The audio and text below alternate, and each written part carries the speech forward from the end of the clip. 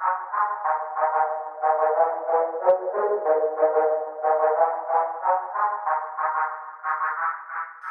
everyone, welcome to episode 40 of Formidable Opponents, a show that pits three people who have known each other virtually their entire lives in a series of conversations as we argue what is best in a variety of fun, engaging, and critical pop culture topics we all debate about. I'm Randall, and with me always, Bob and Joseph, and today's topic is best opening song lyric.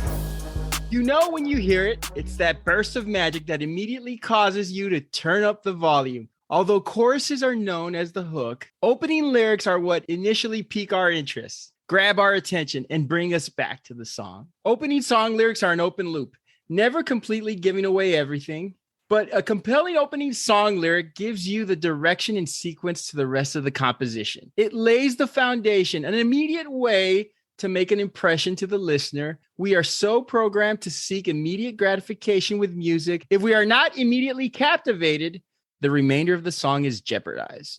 Remember, music is poetry, and like every poem, you do not have a line to waste. And also, like every poem, initial introduction sets the tone for everything that is to come. This week, we are talking about best opening song lyrics. Bob and Joseph, how are you guys doing? Hi, everybody. What's up? What's up? Welcome back, 2022. That was horrible. Feels good to be back. What's going on? It's pretty good. That was Will Ferrell-esque. You guys are not gonna hear it. Our audience won't listen to this, but I totally butchered the introduction. I'm so out of practice. I wrote something. I was like, we're just gonna skip that line. You win some, you lose some. Hey, just put Joseph's Harry Carey impersonation at the very beginning. We'll be all good. So it's been a while. It's been a month since our last episode. How are you guys doing? Pretty good, man. I'm really good. Yeah, no, I enjoyed it's good to be back. I enjoyed the time. I enjoyed the holidays. I felt like it was a great refresh. Happy holidays. Hate that song. No, it's I feel great. I feel great, man. Like when we talked about it was earlier this week, we started talking about coming back and the topics, and then when we this one came out of nowhere, I don't think we had to talk about it, and you all put it on me. For all the that don't know, they're like, Joseph's in a fucking pit because he hasn't said anything, and he's been off on his own world for 3 weeks. And this one stood out, and I got really excited. We started talking. I was sitting with Bob, and we got really excited, and I got really excited about this. And so, yeah, I felt this was a great welcome back type topic. And we're gonna have a lot of fun. Yeah, it should be a good one, man. I couldn't wait to get back on our show. We got some pretty good topics, and I can't wait to get to those as well. We'll be celebrating our 1-year anniversary. Shit, I got to get you all something, I guess. Yes. Let's all cut the cake together with one knife, holding hands. Everybody wearing the same tuxedo with different color cummerbunds. Yeah, we can do that. So it's been a while, and guys, I mean, we've been talking about what's been going on, and it's been a lot of sad news, and we'll get to that shortly. But to start off with some good news, we meet a lot of friends in this podcast world. It's a cool little world where we get to meet people, do collaborations. We've done a few collaborations. I wanted to give a shout out to our friends at the Did Not Need to Know podcast. They gave us a shout out on their last episode. Reached out to them. They do this podcast where they're two sisters, and one talks about like a murder crime and gives all the gory details, and the other sister like reacts to it like she hadn't heard about the crime, and so she's got all these like authentic like shocks and surprises. Kind of like when I talk to my college students and I talk to them about like landline phones or beepers, or when Brian Austin Green used to rap on 90210, the same sort of like repulsive reactions. I got a Megan Fox. That's true. For a while, right? Now she's on to another rapper. Is that what he does? I thought he worked for Foot Locker.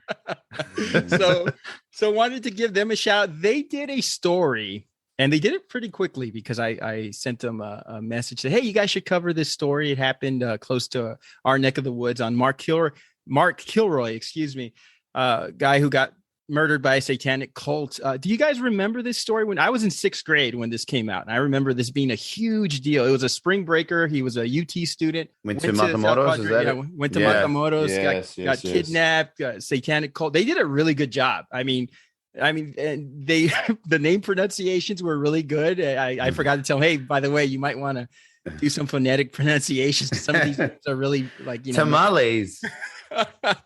So they covered the story really well. I didn't know if you guys remember that story about Mark Kilroy.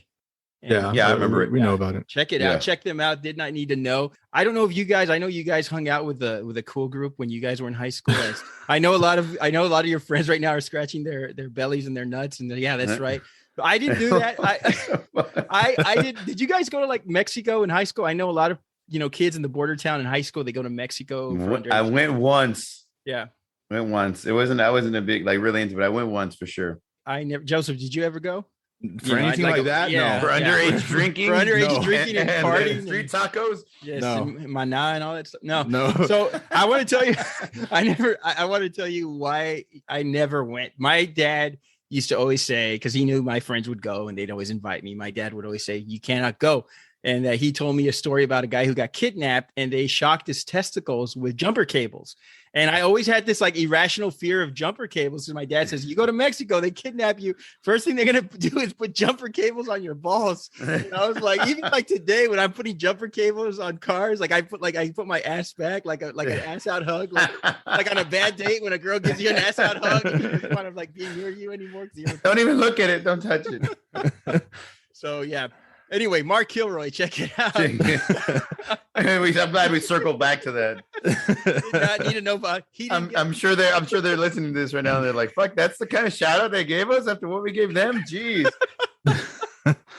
But did not need to know podcast. Check them out. Great people, a great podcast, and yeah, I like the sister that doesn't know the story. Her reactions are very genuine and funny. Yes. Yeah.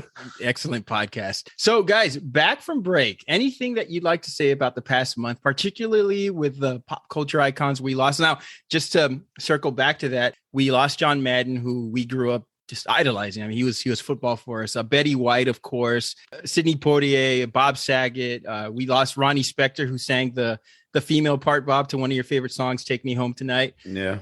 Man, awesome. I mean, like musician and artist, and losing a lot of them. I mean, it was just like, 2022, it was like one of those things, just like we said about 2021, like this is the year and shit's going to change. And man, let's get off on the right foot. And then what happens New Year's Eve? Fucking Betty White dies. Like, Jesus Christ. Yeah. It couldn't have started any worse. And then losing, of course, lost John Madden, and then Bob Saget. Losing Bob Saget last week was a really big blow, especially to pop culture and the comedy world. And I grew up watching his show, and then getting older and seeing his comedy and seeing how much different it was from his TV persona was so good. And so, like, man, it's been a crazy past couple of weeks. Losing such big icons like that, man, especially losing Betty White. We all thought she would live forever. She was so like funny and like beautiful and perfect. And, those were really big losses to start this year. I know there's more than three, but just of the three that, I mean, really meant something to us growing up. Like you mentioned, we played Madden all our lives. So we heard Madden's voice day in and day out, whether it, be, and then we like football. So we watched, football, we hear his Madden. We heard Madden's voice nonstop growing up. And like Bob mentioned, of course we watched Full House, Motion detected at the front door. Your robot butler just checked in. So yeah, of course we watched Full House and that whole the Danny Tanner role, America's Dad. That's kind of how we all felt, and it brings more significance, since we did that episode, and that was your pick, Randy. Yes. And then and Betty White, she's like we lost America's Dad and America's Grandma, within a matter of weeks or days, pretty much. So it looks like it's going to be the same kind of year, I don't want to. I hope not. Fuck. I don't want to rank the importance of these legends. Of course, that would not do their deaths any justice. But something about Bob Saget. We talked a little bit about Norm Macdonald. We gave him a little shout out after he had passed away. One of the first things I listened to was a Bob Saget. He did a podcast, and he did like a 38-minute eulogy for Norm Macdonald's. I don't know if you guys have done. I've done eulogies for two of my best friends, and dang, to do one takes a lot of heart and effort, and it's a tough thing to do. And to do one for 38 minutes on Norm Macdonald, you guys could listen to it on YouTube. He just spoke like just so eloquently and proudly about his friend. I went back and I listened to it last night. I was like, oh, these are probably the same things people would say about Bob Saget. And the reason his death hits a little harder is because he was only 65. He was, it seemed like he had another gear in him. Like, I mean, 65 is like when most people retire, they have, their second sort of life coming up where they're doing all these projects and living life to the fullest. And he didn't get that opportunity. He was back on the road doing comedy. And for those of you who want to check out his comedy, you can find it on YouTube. There's a 1984 Rodney Dangerfield young comedian special. Bob Saget does about 3.5 minutes of stand-up. And his stand-up, it was so dirty, but he did not cuss once. I mean, no cuss words, and he was just so filthy. And I was like, wow, that's a true talent to make these jokes so filthy and not have to cuss. And, and you guys mentioned it, America's Dad. And at one point when he was doing Full House, which was a top 10, Nielsen ratings show, and America's Funniest Home Videos, I mean, this guy he was one of the biggest stars in the world, and it was our childhood. So like I said, Betty White, John Madden, Dan Reeves, Sidney Poitier, Ronnie Spector. I'm sure I'm missing a few of them. Dwayne Hickman, who did Dobie Gillis, who I used to love watching at Nick at Night, those old reruns. He passed away too. So all those people just rest in peace. And man, it's a tough start to the year, but they gave us a lot of good memories, and I'm sure that we're going to be mentioning them in topics to come. For sure. Hopefully the rest of the year can't get any fucking worse. Hopefully things start, picking up some steam and things get a little bit better. Yeah, for sure. I'm just switching gears a little bit. I'm excited. We've been out for a month. I had a little funny experience because I must have been talking about the podcast a lot. I was on a Zoom meeting last Wednesday. And my daughter walks in and she's like, "Are you doing your podcast?" And I'm like, "No." And I thought my wife put her up to it. Like, my daughter's 3 years old. And I thought, I was like, well, my wife probably had her come upstairs and ask me if I was doing a podcast. So I go downstairs and I said, "Hey, did you ask her if I was doing the podcast?" And she's like, "No, I've never talked about I've never said the word podcast in front of her." I must have been talking about this shit like for 3 weeks. Like, I can't wait to do the podcast. She's probably going to have to go to therapy because she's like, he'd rather talk about George Michael and Rocky Balboa than stay with us. He speaks more to the microphone than me. It's funny. My wife told me a story about how she played one of the episodes when she was with them. And, I did the ad read and they're like, "Oh, there's Daddy's voice." And then I did the intro like, "Oh yeah, it's cool." And then the first thing I do is I ask you guys how you're doing. I think Bob says, "Oh, fucking great." She had to turn it off. Like, all right, that's enough of that. The TV dad. We're sorry, everybody out there. Don't let your kids with sensitive ears. I think one of the things we want to do is do maybe disclaimer, a superhero one later on, and we do like a clean version. Yeah, we'll make that one super clean. Yeah, we have to it's like 15 minutes, and it's a special release for the kids.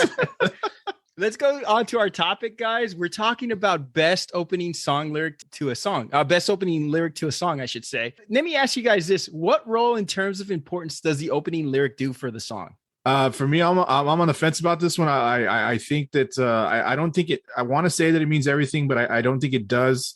We do know that there's a lot of great songs out there, and I'm sure we're going to get into them. Great songs, but their opening is nothing very special or anything. I think it helps, obviously, but I don't think it's pivotal. Sure, we're gonna, like I mentioned, there might be a song that somebody says a little later that I'm gonna say is not that great of an opening, but we know it's a good song, and I'm sure you have some that you can think of that are like that as well. So it's again, it definitely helps, but I don't think it's pivotal. How about you, Bob? It's like a first impression. I think it's, you either have to have a great opening or a great chorus in a song. And just my personal opinion, if you have a great opening, you hook the listener. How many times has your friend ever said, you've done this to me plenty of times, "Hey man, check out this song." And then the song starts and you're like, "All right, motherfucker, is it going to get to the point, or is it going to get good? When does it get good?" You know what I mean? So I think a lot of us have that kind of experience where the opening is it's going to hook the listener. And if it doesn't grasp the listener's attention, doesn't hit them with something good, a great lyric, a great opening riff, something,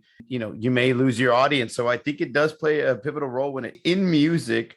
But there's plenty of artists and plenty of songs I can agree with you that, they don't start off as strong or as well, but their chorus, really picks up, and that's where they, everyone sings along or everyone jams out to or whatever the case is. But to be honest with you, I've always thought that the opening to a song is probably most important. I think both. I think when you immediately, because it's the first thing you recognize, a really good song, once you hear that first word, first lyric, you're automatically going to turn it up or turn it down. So it could work either way, right? And I think opening lyrics are so important because, as I mentioned, and I know I screwed up the intro several times, so I hope I got this part in. You only have a finite amount of time.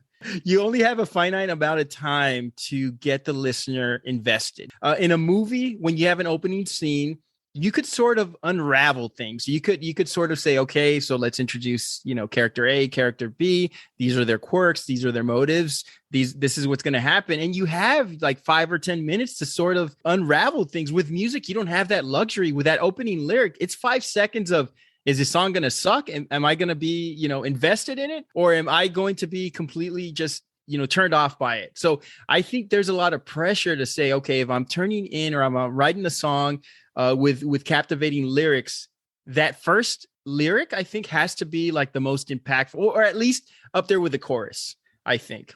Yeah, I can agree with that, man. I'm with you on that one. Yeah, for sure. And so this section, we're talking about the opening lyric. It sets the core melody and introduces the listener to a sample of the song, right? So that you can make an emotional connection. For the song to be meaningful to you, do you have to have a connection with the first words? I mean, does it really have to, like, okay, it speaks to me. I'm completely absorbed by it. Does it have to captivate you guys? To be meaningful, yeah, I think it does. Like I mentioned, there's a lot of great songs I like, but I can't say I had an emotional connection to them. Sometimes late at night, maybe. Sometime late at night. Again, there's a lot of great songs in this world, but not all of them started with the best opening lyrics. But for the emotional connection, yeah, they do. But it's just gonna, I think it's gonna depend on how you're feeling at the time or of the moment. Because as I mentioned, I love a lot of there's a lot of great songs in this world, but they don't have an emotional connection to me. But if to be meaningful to you, yeah, this opening is probably gonna have to do something for you. It's just gonna come down to how what it's gonna mean to you. I think there's a lot of great lyrics throughout songs. So a lot of people connect with songs off of different lyrics. Sometimes it's the opening lyric, sometimes it's a chorus, sometimes it's just a line thrown in there that really like hits them.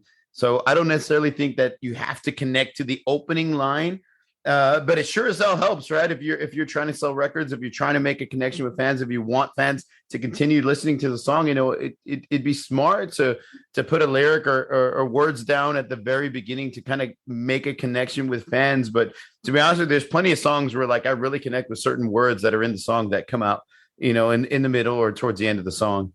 So to avoid sounding repetitive with this last question, guys, because I was listening to a lot of songs and I was paying particular attention to the openers, and I'm listening to a lot of like Floyd and Led Zeppelin and and it takes a lot. You have to be really patient with those songs.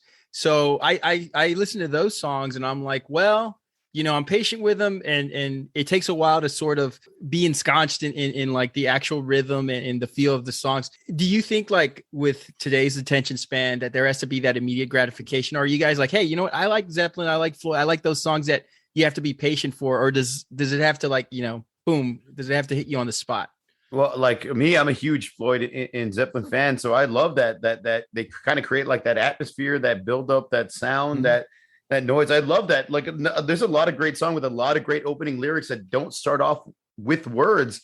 They have that opening guitar riff, that opening sound. Sometimes it takes a minute, sometimes it takes 10 seconds, but you have to be patient with music. But just like the sound has to captivate you or catch your attention, or the opening lyrics do. And, sometimes, it doesn't matter which way they start the song, which one they start the song with, as long as it captures your attention. I think that's where it's at, man.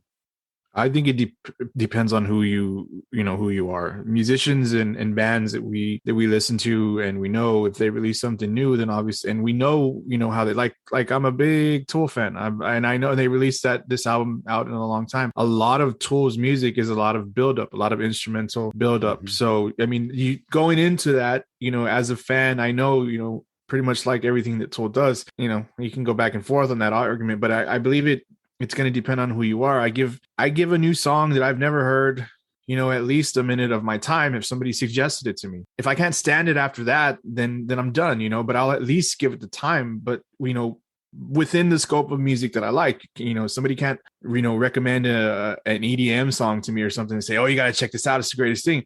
I'm not going to give it a minute. I'm like, okay, if it doesn't hit me in the 10 seconds when you started playing it, you're talking about the drugs or the song? Both. We're going to turn it off. You know, I don't want to hear it. So it's going to have, for me, it's going to fall in, you know, like I said, to, you know, to the music that I like. If it's music that I like, if it's a band or somebody suggests them to me, and Bob's done this plenty of times to me, like he'll hear a band that it's plenty of times. And they're all like, fucking gold, Joseph. They're all gold. And like, dude, because he knows, you know, the stuff that I'll listen to. So he'll be like, I think you'll like this one. You might want to try it out. And I'll give it, you know, I'll give it a minute of the song, at least a minute to get to the chorus, you know. I swear to God, I'm gonna recommend an EDM song too. If Joseph's like, if they don't mention Satan within the first 58 seconds, I'm out. That's I hear drop D tuning and a lot of distortion. I'm turning the fucking. We're gonna give it at least, you know, 2 minutes. So and let me see if this example sort of goes along with what you both said. Okay, like Freebird from Leonard Skinner. The opening guitar part is more noticeable. I should say it's more appreciated and valued than the If I Leave Here Tomorrow. That opening guitar riff is what like everybody goes ape shit over Freebird about. Not so much the opening lyric. I mean, I don't know if you guys could think of a better example, but that one immediately struck me when you guys were talking about what you're looking for. Song. Yeah, I think there's a big opening for. I mean, the Freebird one is obviously one of the biggest connections, but like it's like being in a concert and you're watching Zeppelin. They start playing Stairway to Heaven. You know, once they start playing that opening riff, like everybody loses their shit because they know what's to come from the song. You know what I mean? It may have that long opening, but they know what that song is because they've heard it all the way through and they love it. So I think it's another, you know, something. What's the word I'm looking for? Example. Exactly. There is such a simple word, and I couldn't fucking think. It's been a while, right? It's been a while. Yes. Another example of that would be Stairway to Heaven. Everybody, you know, once those opening, you know, notes kick in, you know the fucking song, you know, and the lyrics aren't going to start for a while, but you're fucking into it, you know, but the lyrics it just gets better because we all know that's such a great song. But you know, it starts out like that. I think people, and it's kind of like what you mentioned when if you're hanging out, it doesn't happen a lot because, you know, we can't go to places where people are really listening to Led Zeppelin. But if we're hanging out, at least, you know, we got a music mix going on and the opening, you know, guitar chords to Stairway to Heaven kick in. We all get excited, you know, because we know this fucking song. So that's another example of that, I guess. And I think a lot of that has to do with 70s rock being like these epic submissions. Yeah. They're very like, I mean, you could have a 7-minute or 8-minute song and be like, wow, I mean, this is amazing. And that song will take you everywhere. Nowadays, I mean, it was the drugs. It was 100%. Unless you're the fucking Ramones. The Ramones had songs that were like 40 seconds. Yeah. The remote. Yeah. I had a boss who told me he went to a Ramones concert and they would play music song after song. They'd be like, 1, 2, 3, 4, and then they would go into song 1, 2, 3, 4, and like the concert was like 37 minutes. After 15 minutes, we were done. Fuck, beat the traffic home. I remember reading a story. Blondie's old drummer, I can't remember his name, Elvis something or not Presley. He was a drummer. I forgot. Blondie's drummer was a drummer for the Ramones brunette. After a while.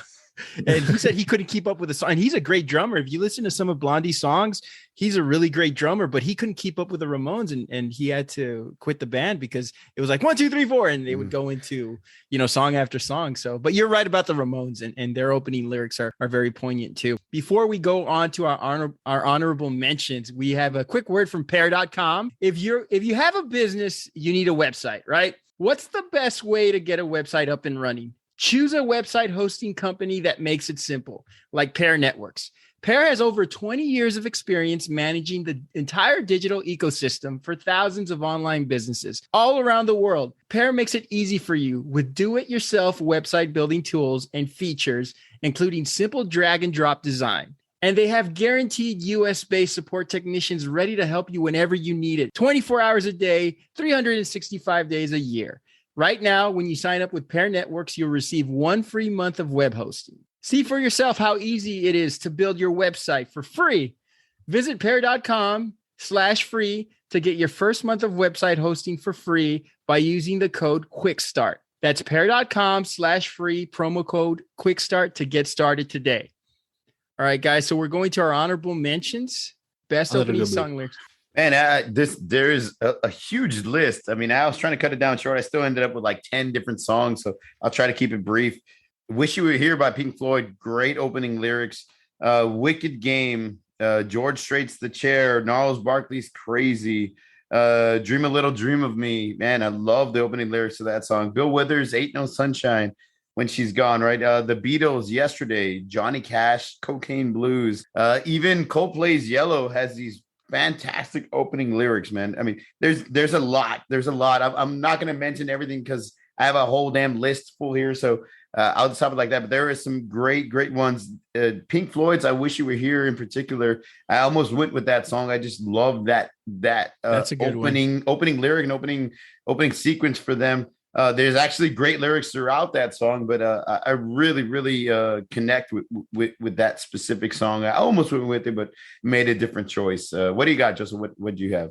All right, the same thing. I mean, I tried, but I couldn't, and I do want to mention as many as I can. So I'm gonna try to run through them real quick. So, Heart Shaped Box, Nirvana's Bullet with Butterfly Wings, Styx, Renegade, Us and Them, Pink Floyd, Sister Christian, Hello, I Love You, Break On Through, pretty much anything to The Doors. Hit 'Em Up by Tupac, one of the greatest openings. Boom. Wannabe by Spice Girls. I mean, particularly not a favorite song of mine, but you can't deny it's opening and it's popularity, and it was a huge song. Space Oddity. Do you have that lyric for the Spice? Do you want my future, forget my past? Is that the one? No, it's so I'll tell you what I want, what I really want. Oh, okay, all right. That's the opening fucking line. That's the opening line. It's gonna hit you right in there. It's not the one you highlighted. You have written in your journal. No, on the first page. I got California Dreaming. Mamas and the Papas, great. Basket All Case. the leaves are brown. Ain't Nothing But a G Thing. Snoop's part, because he's basically I mean, to me, that's more of a Snoop song, even though that's not a Dre. It's Dre. Cochise by Audio Slave. Man, I can get into a story on that one, but I don't want to. So Slippin', DMX, Boys in the Hood. Not really a particular fan of Eazy-E's voice, but it's iconic. It works, yeah. Wonderwall, all of Purple Haze, and All Along the Watchtower. Pretty much anything by Ozzy. Mama, I'm Coming Home. I Just Want You. See You on the Other Side. Great stuff. The Bee Gees, Staying Alive. Turn the Page. I mean, so many. Crossroads. Nights in White Satin, Shame of Life, Butthole Surfers. Oof. Yeah, but way too many. I didn't even go into the country, but yeah, Bob had some country. Tomorrow Never Comes. Friends in Low Places. I hate that song. I can't stand to be out at a bar and hear Friends in Low Places, but it has a great opening, Joe. It does, yeah. It does, and I can't deny it. Everybody loses their shit when that song comes on. Do you remember us being all drunk on New Year's Eve, like back in 2010, and we all sang that song? And you remember that back? Was I in the corner brooding? You were singing too, and then the next day you're like, "No, I didn't. No, I didn't." Had a cowboy hat on. You don't have proof. What about you, Randy? Well, I thought we were gonna say like all the lyrics to this, so I wrote all the lyrics down. So I mean, I can say that though. So you got to sing them, fucker. All right, no. I think the start of Your Love by The Outfield. Josie's on a vacation far away. Anytime you play that opening line, everybody knows the song, even though The Outfield had such a short shelf life as a popular band. They sprung on in 1986 and kind of went away after their first 2 albums. It's fun. Josie's gone. Let's fuck around. What an asshole. Okay, Bring the Noise by Public Enemy. It's emphatic. It's so intentional because it not only leads that song, it leads the whole catalog. It's a rally cry. It's a force. I love it. The Dearly Beloved part from Let's Go Crazy when Prince is talking, the church organ and the minister makes me feel uncomfortable. It's so good. It doesn't match the rest of the song, right? But it makes sense. Here's one that I was kind of surprising when I was looking at Renegade by Styx. I'm not a big Styx fan, but I put that one. Yeah, I said that one, didn't I? That was it. Yeah. You put that one? Okay. Yeah. I like that song. I didn't want to sing the beginning. And to me, Yeah, but if it was Mr. Roboto, I bet you would. So this is what I felt. I felt like Styx was transitioning into a different, more conventional 80s song. So they were still wrestling with their rock roots when they wrote this. So it's just a great opening lyric. I Will Survive, Gloria Gaynor. I mean, you can't go wrong with that. It's female empowerment. Yeah, she was on my list too. I didn't say that one because I wrote Donna Summer, and it's not Donna Summer. No, it's not Donna Summer. She was like, no, this wasn't Donna Summer. But I have it here. Tells you everything you need to know about the song, right? No false narrative, slick lead, straight up. I'm getting over you and I'm moving on. The Joker, Steve Miller, Space Cowboy. Yeah, I mean, you can't go wrong with it. It's just a good time. It's a good song to drink to, sing along to. We've all heard this song thousands of times, but you can't change. Everybody gets up and tries to do the air guitar solo. Yeah. Especially your uncles. And the one tragic thing is a guy, we lost him when he came out with Abracadabra. Do you remember when he did Abracadabra? I was like, we lost a good one. Fuck. Steve Miller, no, don't do it. Don't pull the rabbit out of the hat. What the hell are you thinking, bro? I Want to Know What Love Is by Foreigner. I love it. I've got to take a little time to think things over. Great song. 2 out of 3 Ain't Bad by Meatloaf. I think that's a great opening lyric. And this is one that I think you guys, maybe you had a problem with, Bob, and I won't read the whole lyric because it's kind of lengthy, but the opening to Gangsta's Paradise by Coolio. I think you kind of, you weren't a fan of it, right? Let's put this shit in context. Can we put this in context real quick? It was between Coolio and this iconic band that creates these great songs, and these legendary band members. I was like, you fucking seriously struggling to choose between Coolio and Gangsta's Paradise and this other band. When Randy tells you his band and his pick, you'll be like, oh, what the fuck? That's not even a debate. And Randy's like, I'm so heartbroken trying to figure out who I can go. Think about it. He has like biblical undertones and very like straightforward, sort of like oppressive, sort of, I got to get through. And this was at a time when, Pulp Fiction was popular and Samuel L. Jackson did the Ezekiel 25:17. And I think they kind of took a page from that. And then he sort of used a Bible verse to open up his song. The song's not good. I'll give you that. I'm not a fan. I like the song. You like the song? The song is good. But the intro doesn't do anything for me. So if you had selected this one, I would have torn it apart. But it's a good song. I like the song, but it's like you mentioned, the lyrics are just, the opening is just like it's like the biblical. I'm not saying that the Bible's not great. He just ripped off the Bible. Did he just rip off the Bible? I don't know. But no, I love the song. I had that song on a cassette tape. I had, for those of you all who don't know, back in the days, we didn't, burning CDs meant buying blank cassette tapes and sitting by the radio and waiting for your song to come on and press and record. This song came on the radio. I pressed record and I listened to this song nonstop. I love it. I just don't think the intro is that, like, I don't know how you came in. I kind of got it. You did. Although, Justin, you did mention Crossroads by Bone Thugs and Harmony, didn't you? Now that is a great fucking song. Well, that's not a great opening, though. They just say boom, boom, boom, boom, boom, boom, boom, boom. That's not a great opening lyric. You didn't even know the words. You just trying to rap real fast like the guy.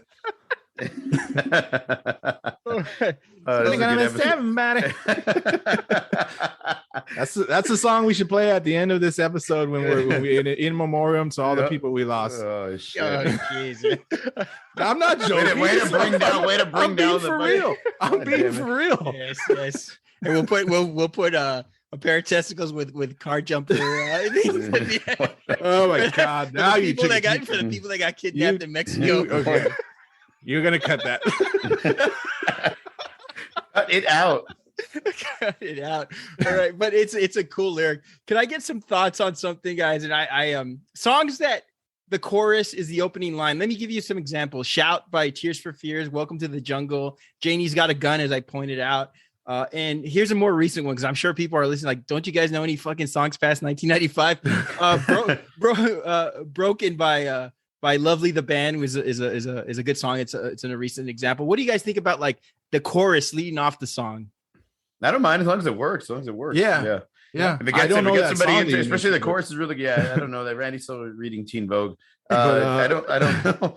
I like when sometimes when the chorus it doesn't bother me. The song, it gets everybody going. That's powerful. That's good, man. I like it. I don't mind it. Cool. Cool.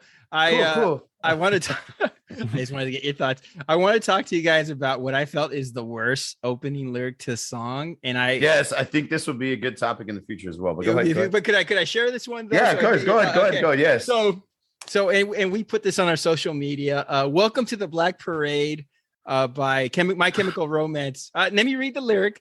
When I was a young boy, my father took me into the city to see a marching band. Now, Billy Corgan, Robert Smith, and Morrissey are all probably saying, "What a fucking pussy! What a whiny depressed." Jesus Christ! At least you sounds like you don't like the Umbrella Academy, sir. Wrote the Umbrella Academy. I mean, they're like, at least your father took you to a parade. I don't know, my dad. So what are y'all's thoughts on this opening? I don't like that song. I'm not gonna say that they have that what's that one song? It's a good song. The Ghost of You. The Ghost of You. Yeah, that The Ghost awesome. of You. That's a good song. The dude is look, he's talented. I don't particularly like that song. He's a musician. That's great. He's made a great career for himself outside of music. Awesome. More power to him. He's and then he's got Joe Rogan as a family member. So really? I didn't know that. Yeah, they're related. Okay. Yeah. I didn't know that. I'm pretty sure it was him. Gotta go back and read TMZ. He's related to that guy. I remember because I saw Kevin Smith on an episode once, and Kevin Smith asked him. He was like, "Hey, I gotta ask you something," and then he was like, "Yeah, he is like it's like a second cousin, something like that." But anyway, I don't like that song. I think it's but they don't have, they don't make just bad songs. Ghost of You was a great song. That actually really was. And the dude is talented. I'll say that. All right, let's get that. I'm sure once we go through it, I'm going to find a hell of a lot of songs with some really, really terrible lyrics.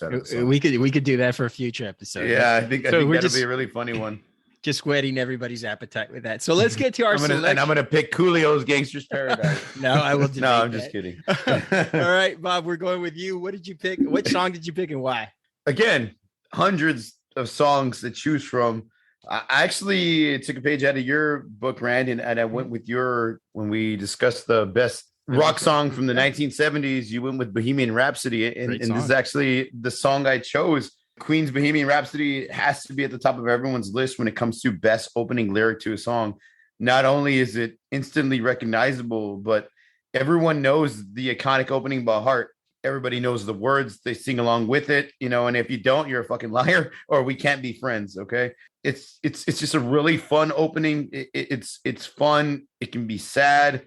It can be whatever you want it to be. When you deep dive into the lyrics, they're so deep and meaningful and powerful and extremely painful, considering how closely they tie in to the death of Freddie Mercury. The opening lyrics are, is this the real life? Is this just fantasy? Caught in a landslide, no escape from reality. Open your eyes, look up to the sky and see. They're just really, really, really powerful lyrics, man. Especially for a guy like Freddie Mercury, who at the time probably knew he was HIV positive, and then later dying from AIDS.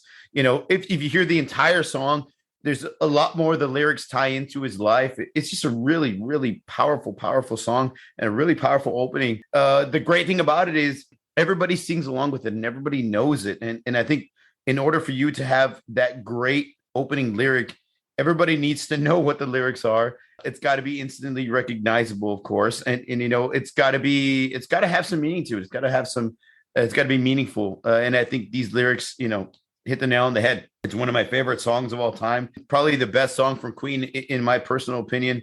It's just really hard to beat opening. The entire song is fucking hard to beat, clearly from the 70s rock song. But I just had a close personal connection to these lyrics, and I think a lot of people do, considering how well it ties to Freddie Mercury. I thought it was the best choice to make.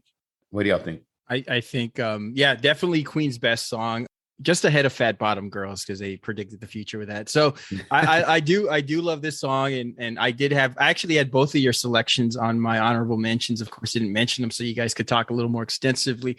Is this just real life? Is this just fantasy? It does captivate you. And the way it's layered too. I mean, this is, I imagine, I know nothing about, technical aspects of songs or how, songs get engineered, but the way it sounds, it's very like outworldly. It's almost like it's being sung to you by a chorus of like a choir, and Yeah. it's probably And- Freddie Mercury doing like 3 or 4 different takes on or combining what's his really voice. what's really cool about it, there's no music that goes with it. It's Yeah. kind of like it's not a cappella, but it's kind of a cappella because the Yeah. music really starts, the piano really starts after that, the opening lyrics are sung. Yeah, and it's just, and I'm not sure. It might be the whole band singing that together. I don't know. Yeah, if it's a whole band. It's a whole band. Okay. I didn't know if it was Freddie Mercury just doing multiple takes of his voice and combining it, or if it's the whole band. But now that I remember the actual movie, the Queen movie, I do. What was it called? Bohemian Rhapsody. Shit. Yeah. So yeah, when they recorded it, they were all together. Now I remember. Yeah. Have you guys seen that movie yet? Yes, it's a great movie, man. You guys liked it? Yeah. Yeah, I like. I mean, it felt a little rushed at times. Like Yeah. they rushed through some things that I thought they could have slowed down. But overall, it's a great little biopic. My biggest bone of contention with that is that they and I mean, you're going to do this, right? You can't blame the band. They did a lot to protect Freddie Mercury. I know Sacha Baron Cohen wanted to do something a little more, I don't want to say abrasive, but more honest and more into Freddie Mercury's ecosystem of discovering sexuality and finding things out. And he didn't get to do that. I would have loved to have seen that version. Anyway, I digress. Freddie Mercury, as you mentioned, Bob. Is this a song about coming to terms with his sexuality or being infected with HIV? The band has a wide taste in music, especially, and you could hear it almost everything in this song. I mean, it was opera, it was commotion, it was gentle. The entire composition is just great. I mean, and in this, I don't know what is it, 7 minutes or whatever, they put so much into it. And that first line really kicks it off. And it's really hard to debate this. I think there are other good lines in this song. Mama just killed a man, put a gun against his head, pulled my trigger. Now he's dead is a great line. Nothing really matters. Anyone can see nothing really matters to me. I think it's a great closer. Mm-hmm. Mama, life has just been, I mean, you could go on and on. The entire song, the lyrics are just fucking amazing, man. And really deep and really meaningful. It's been said that Mercury constructed this song out of parts of different songs, kind of like the Beatles' A Day in the Life. You know how the song kind of just comes up everywhere. This is the way this song is. It's a little tighter in the fact that it's more like melodious and it sort of follows this opera, this rock opera sort of interpretation of this. But it's difficult to claim an absolute interpretation. It's a masterful intro, yes, but I don't know if it's the best line of the song, but it's a pretty good fucking line. But it does complement the rest of the lyrics. I have trouble arguing this opening song. Like I said, I had it in my honorable mention. I think the real impact this opening line has is that Freddie Mercury is trying to discover what the fuck's going on with me. It's almost like a venture of self-discovery. It's almost like cathartic. It's almost like I have to outpour this and I have to write this because I don't know what the fuck's going on with me right now. I'm questioning my sexuality. He might have been in the sort of the impetus of this disease. Is this real life? Is this fucking going on with me? Is this fantasy? I'm caught in the landslide. He's trying to figure himself out. And I think the best way to express how he was feeling, some people go to counseling. Some people talk to, their spouses. Some people talk to their friends. His way of dealing with it was writing this masterpiece. And I think that just bodes so well. It's like, if Freddie Mercury wasn't going through all this shit, would he have composed or written this song that's going to be famous for eternity? And it sucks that he had to go through it, right? But he left this as his life was taking him different directions, and his gift to his fans and the audience was leaving this masterpiece. So how could you argue this song? It's Joseph. Can you think of you made the argument for me? Thank you. Well, I mean, I can be an asshole. Do it. This opening is awesome. And you can go with that whole from is this the real life to any way the wind blows doesn't really matter to me. That whole first stanza, whatever you want to call it. I'm sorry, I don't know the technical terms of lyric structure, but just in those two first lines, is this the real life? Is this just fantasy? That shit, and then the way it's sung, it's awesome. It really is. You're going to go on some crazy journey just on those two things. And you go through whatever it is that he's going through, whatever he's feeling, and it's perfect. Structurally, the song, we know it and we love it. If you want to nitpick, I mean, it is kind of crazy, this song. We talk about it and how epic it is. The part where the band kicks, the whole rock part, I guess, if you want to say. That part, I don't know. I'm not here to argue the song. I just think sometimes I listen to this Sometimes song late at night. sometimes I listen to this song and I think like, what if it was just the intro, the slow intro stuff with the piano, and then just the out intro stuff piano? Would it still have been the great song that it is without all the just the poor boy, nobody loves me, you know, that whole section? I think like what Randy said, and if he going with Coolio would have been probably where we really went after each other, or went after you. But this is I mean, we all know this song. We love this song. It was Randy picked it in another one. That intro is awesome. That whole, like I mentioned, the way he sang it, the way it's given to us, the listener, just hearing no music and the melody, and it's awesome. It's a really good pick, Bob. Thank Probably you. I mean, if I don't know how many lists you can read with because you're not going to see too many maybe lists that talk about the opening. They'll just put it on it's one of the best songs of all time list, and it is, and it does deserve to be on that. But I think when we break songs down like how we're doing, at least with this one, with the intro, I think it's definitely up there. Great pick, Bob. Thanks, sir. Thanks, sir. All right, definitely top 3. All right, Joseph, what do you got for us? So my pick, I went with the Sound of Silence by Simon and Garfunkel. I mean, great song. We all love it. It was released in 1965, and it actually appears on 2 albums. First released on Wednesday morning, 3 a.m., and then again on the Sound of Silence.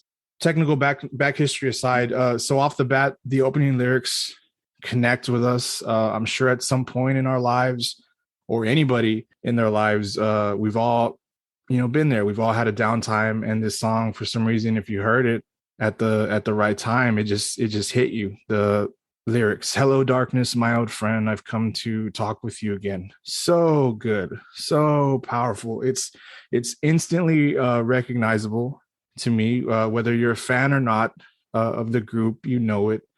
If you're a fan like we are, we know it's one of the greatest songs. We know it's one of their greatest songs. If you're not, you know it as a meme, possibly. So it does help. And by meme, I mean, go search Sad Ben Affleck on YouTube and you'll see what I'm talking about. Aside from the lyrics, we get this soft, melodic, acoustic opening. It's only 5 seconds, the acoustic intro part, but it's just perfect. It's straight. It sets right into the lyrics, and you're going, that going forward, you're going to hear a song about struggle.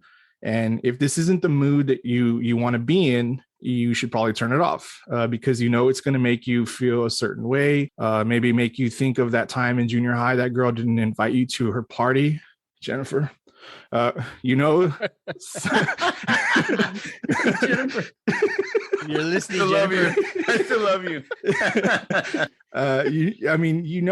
Something.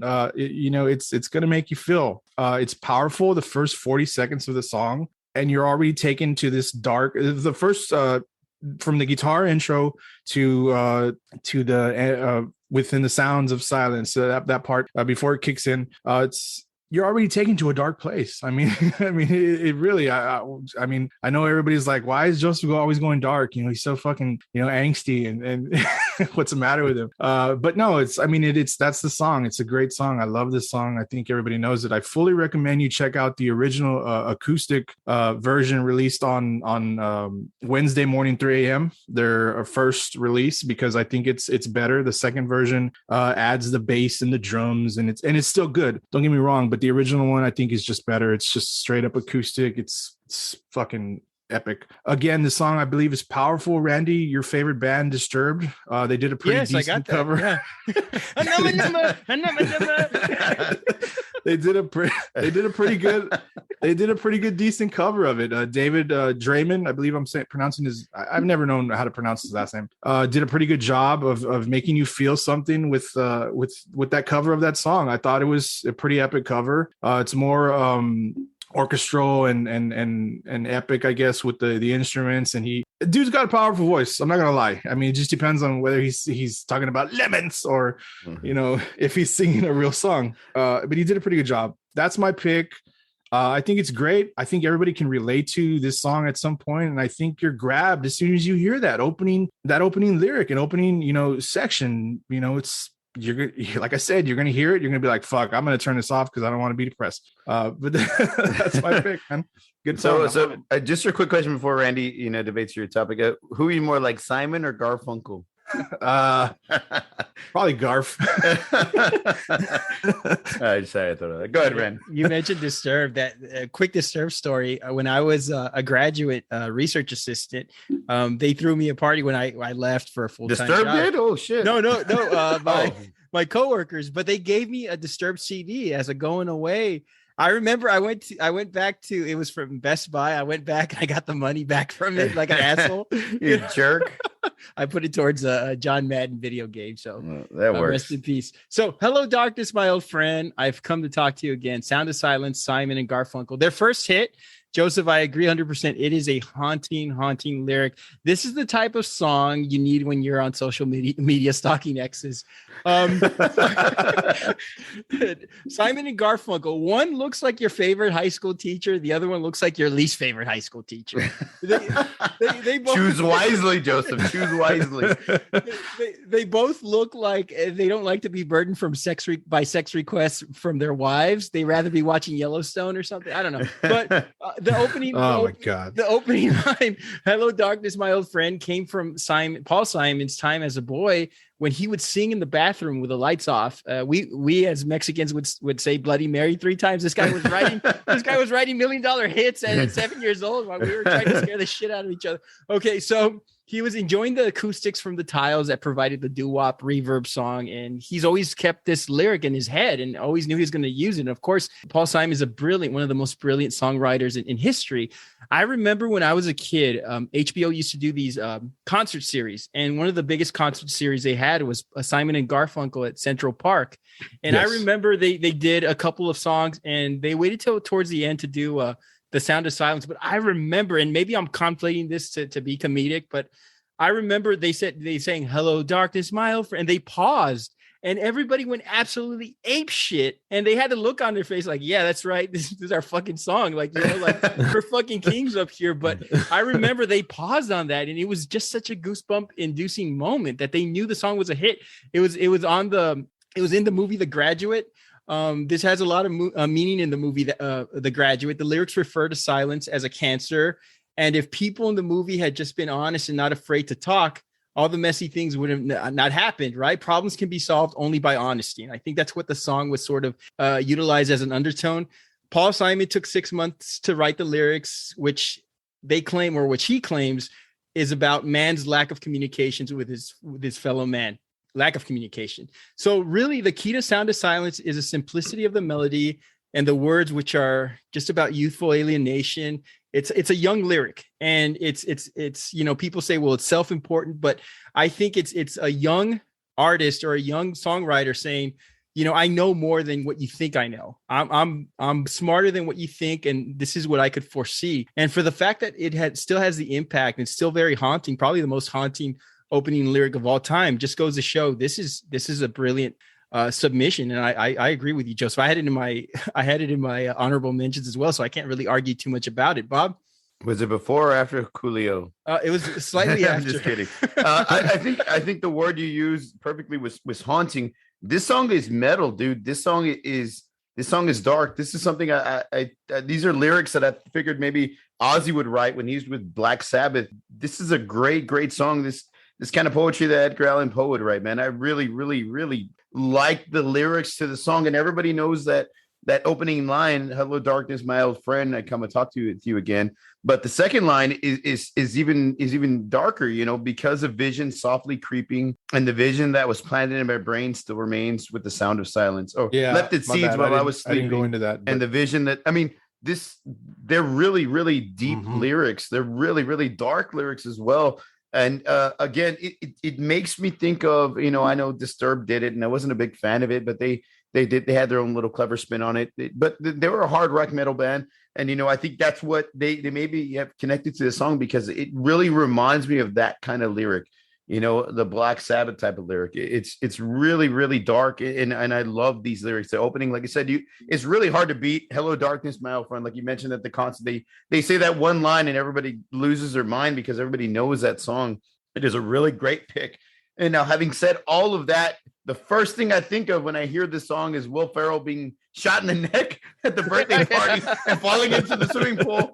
And then they start playing Hello Darkness, My Old Friend when he's drowning in the fucking pool. And having like that, he's having like a dream that he's still with his wife or whatever. And he makes out with Stifler from American Pie. But yeah, it's a great pick, Joseph. Like I said, the lyrics are very dark, very deep. A good pick. It's a really, really, really good pick. I can't argue much with it. For those of you all out there, and if you're interested in checking out what Randy mentioned, I believe they released that live in Central Park. As an album. You can go out there. I'm sure you can find it on the streaming services and whatnot. Go check it out. Go hear it for yourself. It's really awesome. Like I mentioned, I believe the Wednesday 3 a.m. version is better.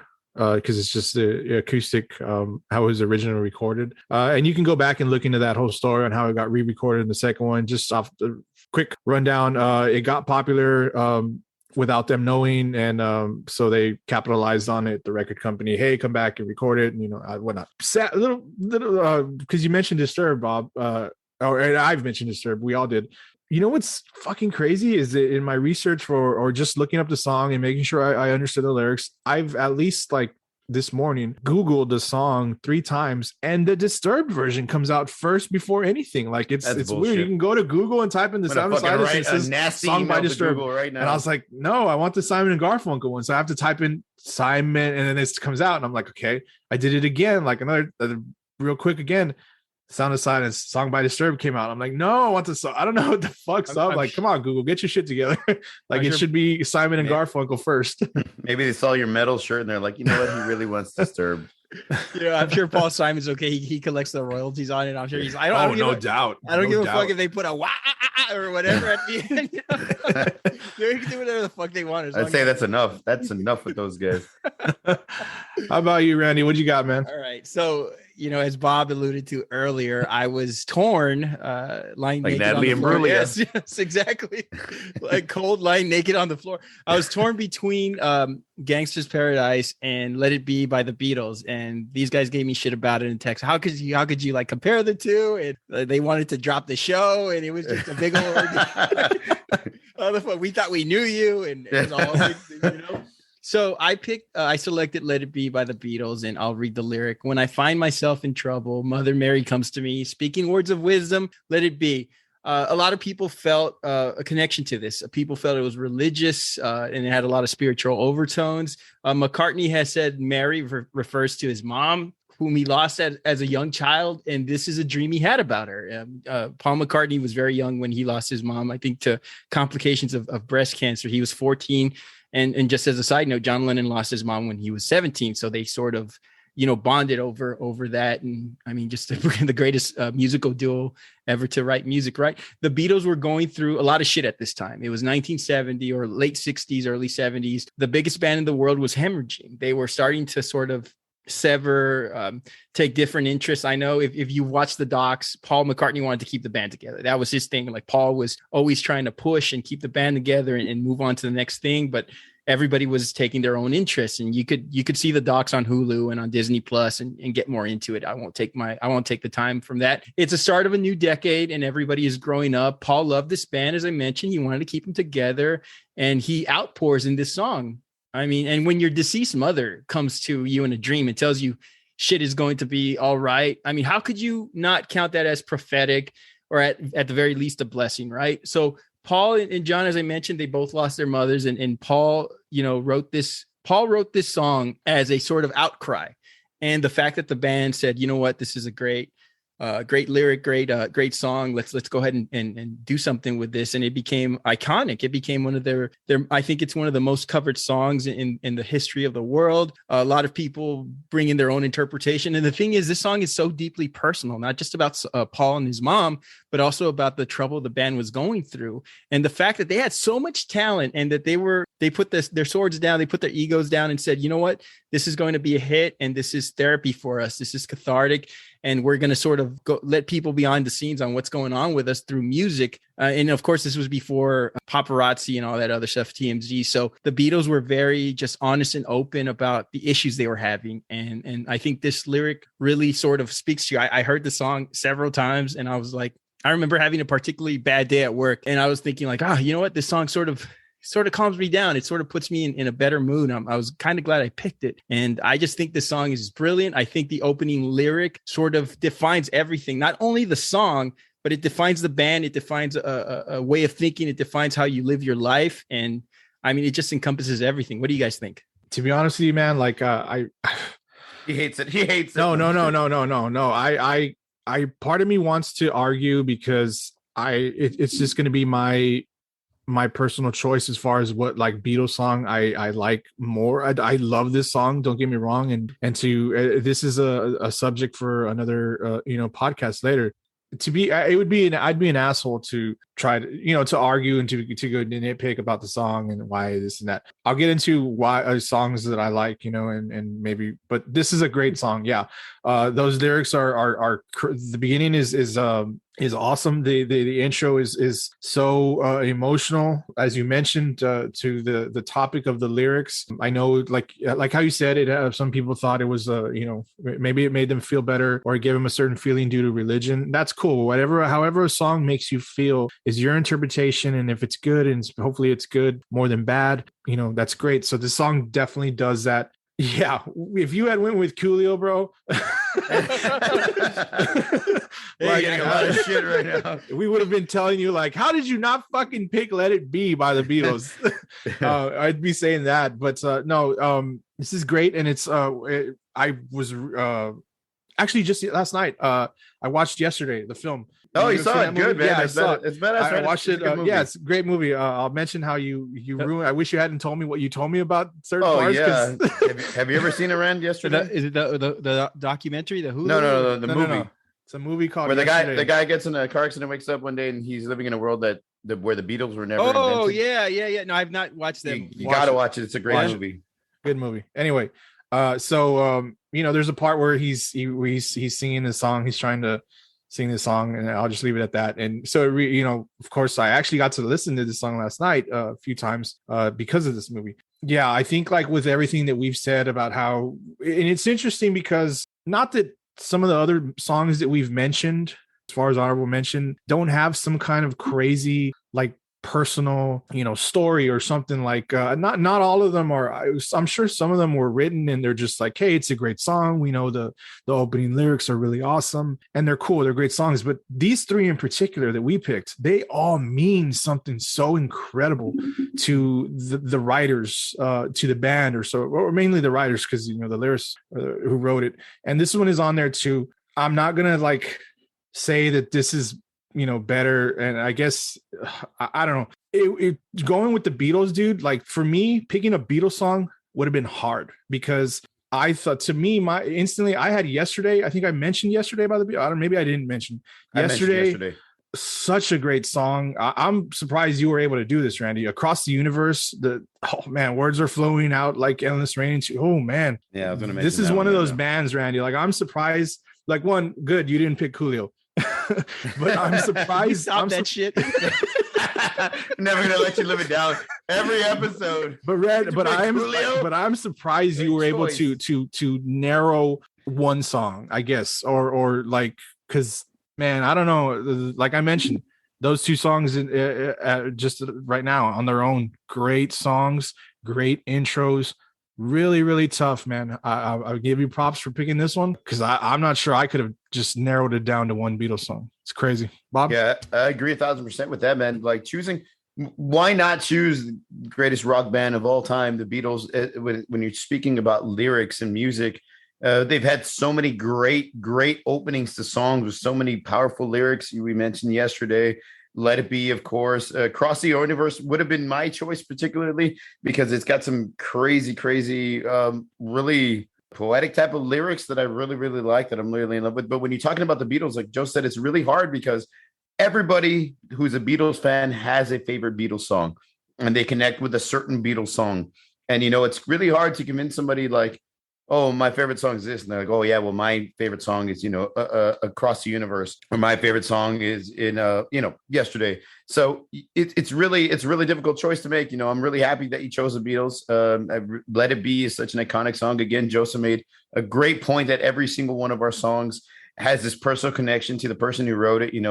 Paul McCartney speaking about his mother in this lyric and in this song is really, you know, heartfelt and really touching and really powerful, especially, you know, since she had passed on, and it kind of, you know, his way of coping with what's going on in his life. And Joseph mentioned it as well, and so did you. The religious aspect of it makes it so much more I guess it's easier to connect with a lot of people that, you know, when they see Mother Mary, they hear Mother Mary, they think of religion and think of God and whatever it is they want to believe. So it's really easy to use this song as like kind of like a coping mechanism. There are a lot of great Beatles songs, and I'm sure in the future that'll be one of our topics, which is the best. But I thought you made a really good choice. They're really hard to beat, the Beatles, and we have songwriters like Lennon and McCartney and George Harrison. I'm not going to mention I'm not gonna mention Ringo because, you know, we don't want to know about a purple octopus's garden or whatever the song was. But I mean, George Harrison used to write some amazing lyrics, and I'm just fucking around with Ringo. I like Ringo. George Harrison wrote some amazing lyrics, and so did Paul McCartney, and so did John Lennon. So there's just so many to choose from. So I think that was probably the hardest thing for you, because some fans of our podcast are going to listen and they're going to be like, no way he chose Let It Be. He should have chosen, you know, Fool on the Hill, or he should have chosen Yesterday, or he should have chosen, you know, a different song. So I think if you were going to pick a Beatles, yeah, if you're going to pick a Beatles song. So, you know, I think that's where you're going to find some difficulty or some pushback from it. But, you know, you can't argue against the Beatles, and you can't argue against Beatles lyrics, you know, especially one in this particular case. So I think it was a really good pick. So we were nice to each other. Yeah, we were nice. Yeah, we had to start off the year right. We wouldn't have if he had picked Coolio. I should have gone with Coolio. Just throw that in one last time. And guys, last words on opening song lyrics. What do you got for us? God, there's, like we said, there was so many, and I would love to tell stories, and maybe we'll do that. I don't know. We probably won't.